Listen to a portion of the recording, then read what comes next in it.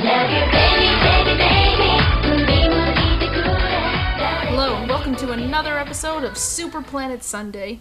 Man, lesbians, best marketing tool ever. Since the 1990s, we've gotten used to Hollywood's sweeps week lesbian kiss and the tasteless, drug-induced girl-on-girl sex scene to get male butts into a movie that would otherwise be so girly with its promo posters having lipstick and sparkly makeup on. It took until 2004 with the L Word to even try having substantial relationships to match our cheap titillation, and we still have a ways to go.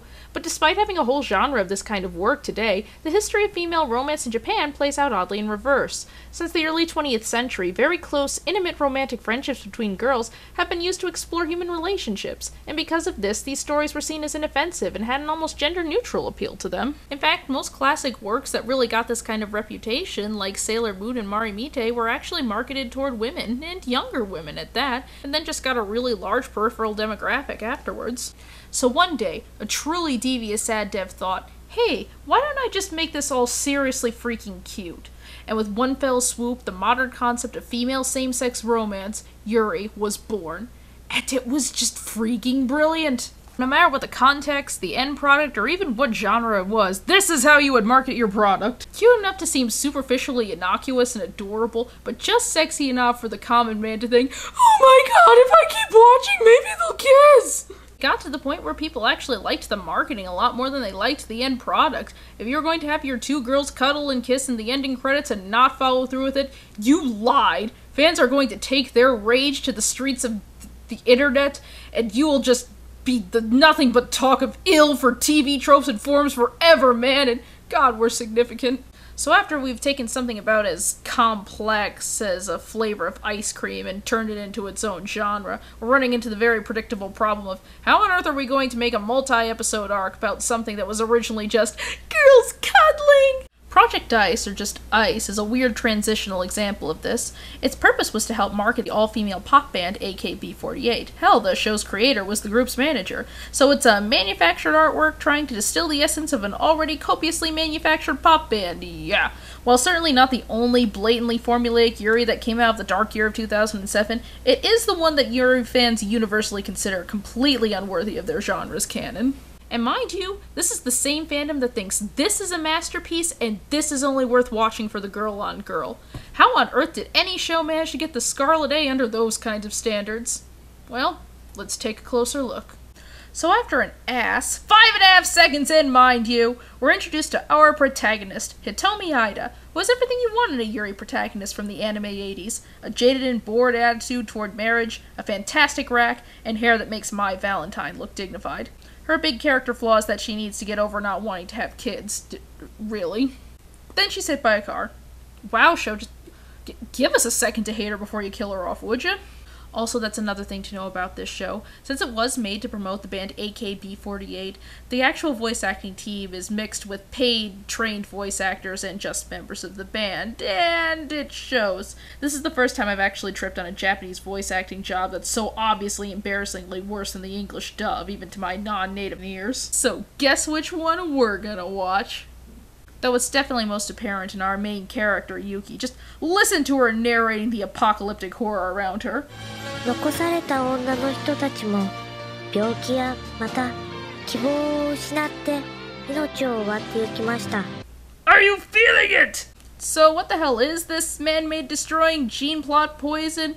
Why did we make a gender-specific biochemical weapon? Why did Russia put it into its space station? And how did whatever it is manage to survive impact and high-intensity temperatures and radiation as it rocketed through Earth's atmosphere? Oh, but never mind, it's time for Strawman America! Riding our presidential battleships, waving our big ugly dicks in everyone's faces, even in the absence of men, while Japan just takes a long, cool drag of its cigarette and laughs at how juvenile we are trying to take on their awesome Lucky Charms Rose of Versailles samurai. So after the battle of international egos that further reduces the world's population, two factions emerge to rule Japan, led by our dueling antagonists of the series, Her Majesty Julia and Lady Kisaragi. For the first 2/3-ish of the story, ISIS conflict comes between the one-upmanship of these two and their opposing philosophies. Julian wants to use the clearly evil magic tech to bring back the human race, and Lady Kisaragi wants us to accept our inevitable demise and atone and become one with nature and stuff by means of casual sex and recreational drugs. The enlightened path of the broken rock star, I assume. But man, why would you have that when you could have the plot? Are we allowed to show this? Well, strap yourselves in, because now it's going to get really messy. We start with an ensemble of about half a dozen protagonists or so that are all sent on this vague mission, separated into two vague teams in two separate, dark, nondescript locations. And to help you keep track of everything, 4 out of 5 characters are just so the AKB48 girls can have lines that contribute nothing to the story when they aren't inexplicable clones. Aoi, 露払いはもう終わり。装備せよ。もうちょっと待ってください。リボルバーソード。ちょっと使い方は難しいんだが、優雅な我々英士の獲物だ。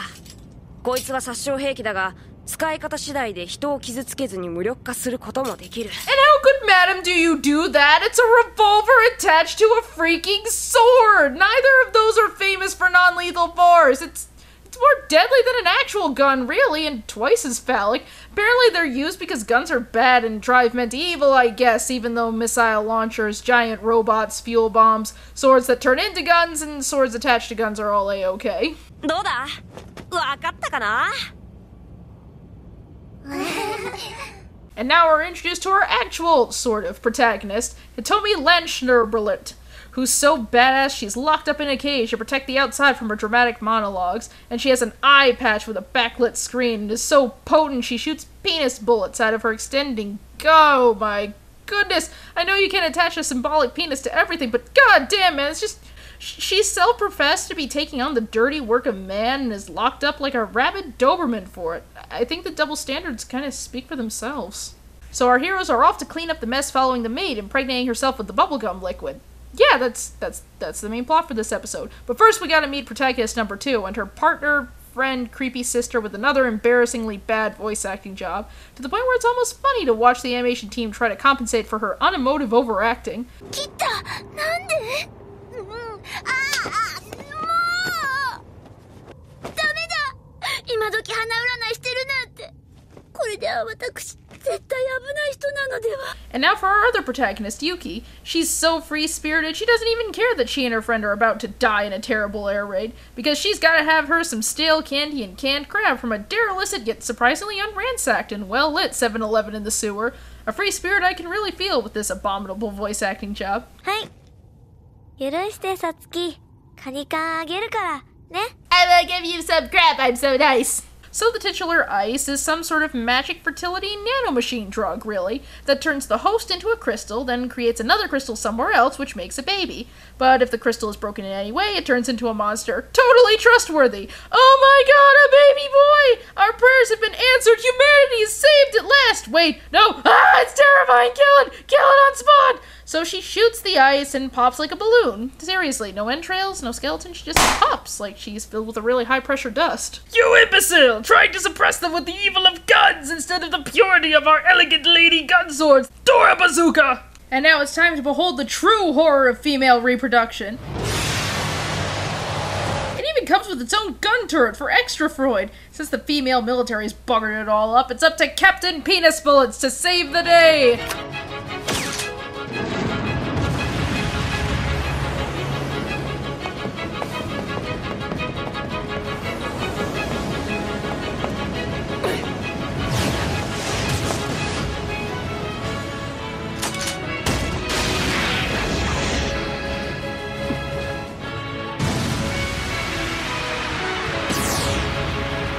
What do you mean?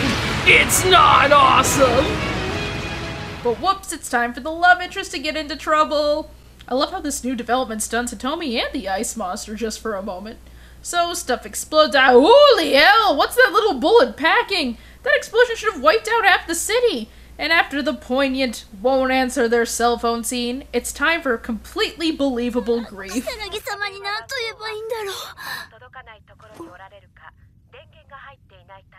かかりません。おかけになった電話番号は電波の届かないところにおられるか。And it turns out Hitomi 1 is still here after all. She's just inside Hitomi 2's brain. Apparently she gets this a lot, but poor Hitomi 2 really got a raw deal this time, because her head's inhabited by a shipper. 何照れてるのよ、変な人。何度も言うが出て行ってくれ。 And speaking of shipping, I also love how even big badass Hitomi 2 is really wigged out by how out of touch with reality this little nightmare Lolita creature is. And this is the woman who has to be toted around in a chain link fence. だから。きっと私たちは友達なのです。そうでなければ私には自分に説明のしようがありません。そして友達は互いに体を開き合ってちぎりを結ぶものなのです。だから私とあなたはいいでしょ？あのね、君。いや、君の名前は？私はユキ、アイスティ。So you're a rapper. But not to be outdone. 私は瞳蘭つくね人。 Meanwhile, the pop singers dump some more exposition, drop some anvils about the state of humanity, and since most of the show's edge rides on the worst of Evangelion, they try to pile on as much symbolism as they possibly can. Freud isn't enough, we need Christ imagery and the Twin Towers. Damn, we're creative! But now it's time to be properly introduced to Julia, who, yes, is voiced by a man. And not just any man, Akira Ishida. Wait, what? Akira Ishida? No, man, no, you have a career! How'd you get stuck in this? And even though both of the antagonists are bad, Julia's the antagonistiest. She's voiced by a man, she's crippled, she slumps like a douchebag, and she engages in depraved lesbian sex. We'll get on that later. So at Kisaragi's pad, which is a park since we're subtle like that, it's time for the most needlessly awesome scene in the show!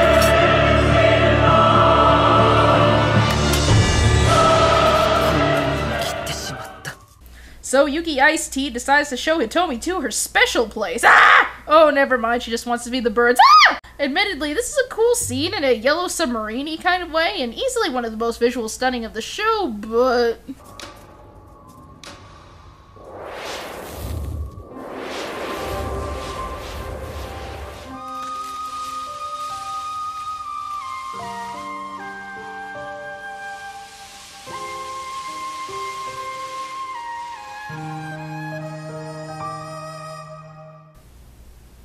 So that's episode 1. Should we continue to support ignorance and turn a blind eye, this story may become the truth, unless you buy our latest single! And right off the bat, our new all-female military continues to demonstrate its brilliant incompetence by airlifting its highly classified military secret over an open bazaar in broad daylight. But then again, this is the same military that's easy to break into top-secret files. Just wait for a busy day. And just love how they so poignantly closed off the men's restroom. No, we can't just leave it open for use. We will leave it as a memorial to the men of the world, damn it! We'll set up shop in the women's room instead. I guess clones don't need to pee. More boring plot backstory, something with an antimatter beam that I'm sure I can trust, and yay, someone just wrote their password right on the manual. And the freaky baby girl makes the very smart move to take all the top-secret file reports to Miss Maid Masher and demand a kid. Sure, this'll end well. But now we're back to Hitomi 2 and Yuki Ice Tea. Man, just look how uncomfortable Hitomi is around Yuki. Room for Jesus, you two! After Hitomi tells Yuki she hears voices, Yuki asks for a chance to make out. Hitomi agrees to a kiss on the cheek, and Yuki milks the goddamn thing for all it's worth.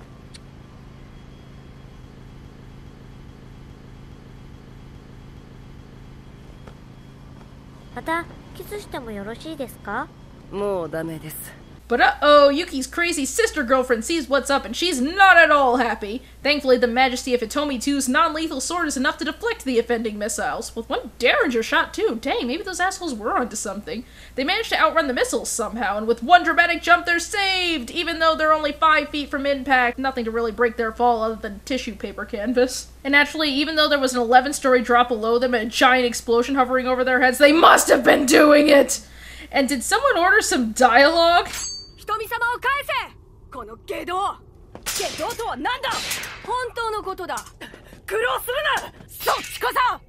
And just when it looks like things can't get any more embarrassing, both of their mother-in-laws show up. But enough of that, because it's time for the disco ball of the clones. Nothing brings together hated enemies quite like making jabs at their daughters for doing it in public places, am I right? 結構ですのよ。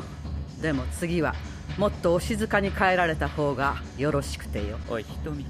いっそ今度はヘリからパラシュート降下してご覧に入れろ。And so Kisaragi, despite leading her death call, is super happy to see her daughter again. Ah! It's the most disturbing thing I have ever seen! And I just saw a maid plug herself up with a bubble want half an hour ago? Also, I guess Yuki's cool with her creepy sister's attempted murder and even lets her be in her entourage at the party, huh?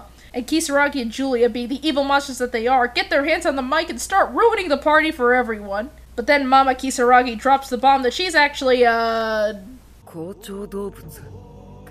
what?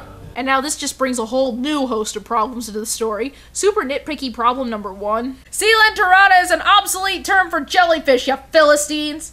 Second, even if we did have the technology to easy bake a viable fetus out of other animal gene juices, there are many things that are closer related to human beings than jellyfish. I mean, pretty much any animal you can think of, really. And even if you call suspension of disbelief and that this is all magic science or whatever, the basic fact of the matter is we could create an entirely new life form by mixing our essence with that of other animals, and we can't just manufacture sperm.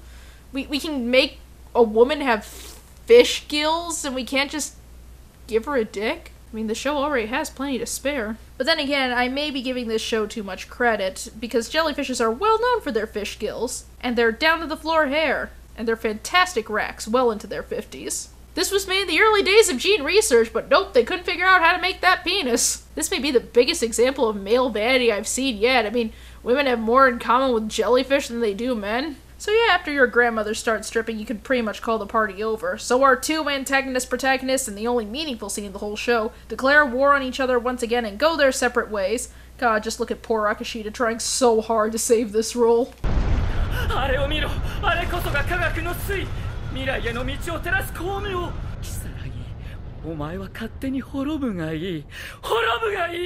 So the bargain bin heroes finally confront Julia. She laughs at them, of course, and reveals her reason for not telling anyone about ice, and sending whole squadrons of guardswomen to die, and then just killing the only viable sample it produces.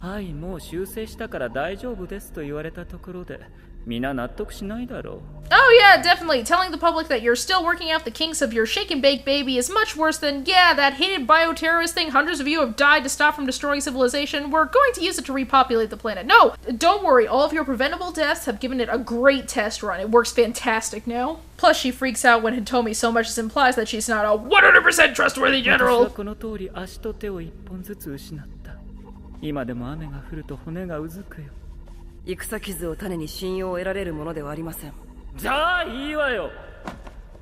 And then they all just leave, but Julia's all like, oh, would you mind picking up my groceries? I'm totally not going to assassinate you or anything. And then they all just leave again. And so in her on-again, off-again teenage hate-mans thing with Julia, Kisaragi tells everyone in her clan to kill themselves because, oh, that'll burn her good.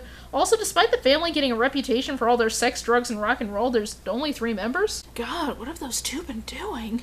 Then there's this dramatic scene where Satsuki attempts to beat Yuki to death, but it would have had so much more impact if Yuki had an actual voice actress and they didn't use the Looney Tunes sound effect for the punches. And the Twin Towers are revealed to be some sort of terraforming system, and a really crappy one at that. We built it to make planets even more uninhabitable! Hitomi 2 tries to get stuff off her chest by offloading it on Hitomi 1, but she keeps forgetting the voice in her head is a goddamn shipper! あなたのことが好きなのね。そうか。どうかね。この歌はね、別にどうってことない流行り歌なのです。I really like this single, and anyone who is cool would buy it too. Wow, Satsuki punched her so hard her clothes tore off. Ah, young love, with all the complexity of a connect-to-the-dot puzzle. And just in case you didn't get the implication that Julia might be a little awful, huh. After seeing all this, I think I might have an idea why this show fails so hard at being a Yuri! One of the many reasons, anyway. Most often in anime where you see explicit female homosexuality, it's usually used in a really sinister context. Yuri runs on the philosophy of cute girls used to inoffensively explore close and altruistic friendships, ironically. So more often than not, any sort of explicit sexuality, hell, any sort of explicit romantic slant, is portrayed as creepy, coercive, or as Julia shows up, just straight up evil. This kind of runs in a lot of old demons, like female sexuality kind of being seen as non-existent, and homosexuality in and of itself being seen as loveless and lustful, so when either of them show up in media, it's usually either a sign of depravity or just straight out a mistake. Yeah, it's bad. Which translates to Yuki Ice-T amending her awful having sex ways and entering a hug-relationship with Hitomi 2, and Julia continuing to have her creepy maid rape sex. But don't think that the solution is just make everyone have consensual sex, then everything will be fine, right? All of the great ills of the Yuri genre are actually the same that plague all romance literature, sexuality notwithstanding. Writing romance in the context of two complex characters, how they interact, how they grow, and the various situations surrounding them is no easy task. We tend to see romance as the butt monkey of genres, but most of it comes from our own low expectations for it. We accept creators taking lazy shortcuts and relying on stereotypes, and then we just go dismiss the genre instead of wanting to hold it to higher standards. Where have we seen this before? It feels like the elixir to this genre's trouble is, once again, education and respect for what you're trying to create. Writing human relationships and writing a roadmap to get two bodies to kiss and bump uglies are definitely not the same thing. So maybe we have figured out why this show fails so hard at being a Yuri, but we've only just scratched the surface of how it fails at being pretty much anything else. We're gonna leave you alone to chew on this for a little while, so just sit tight until next week. But until then, remember, women do not belong in the military, you can turn anything into a penis except lady bits, and of course, nothing sells demos quite like a little girl getting beaten up on camera. I'm Shelby, and I'll see you next week.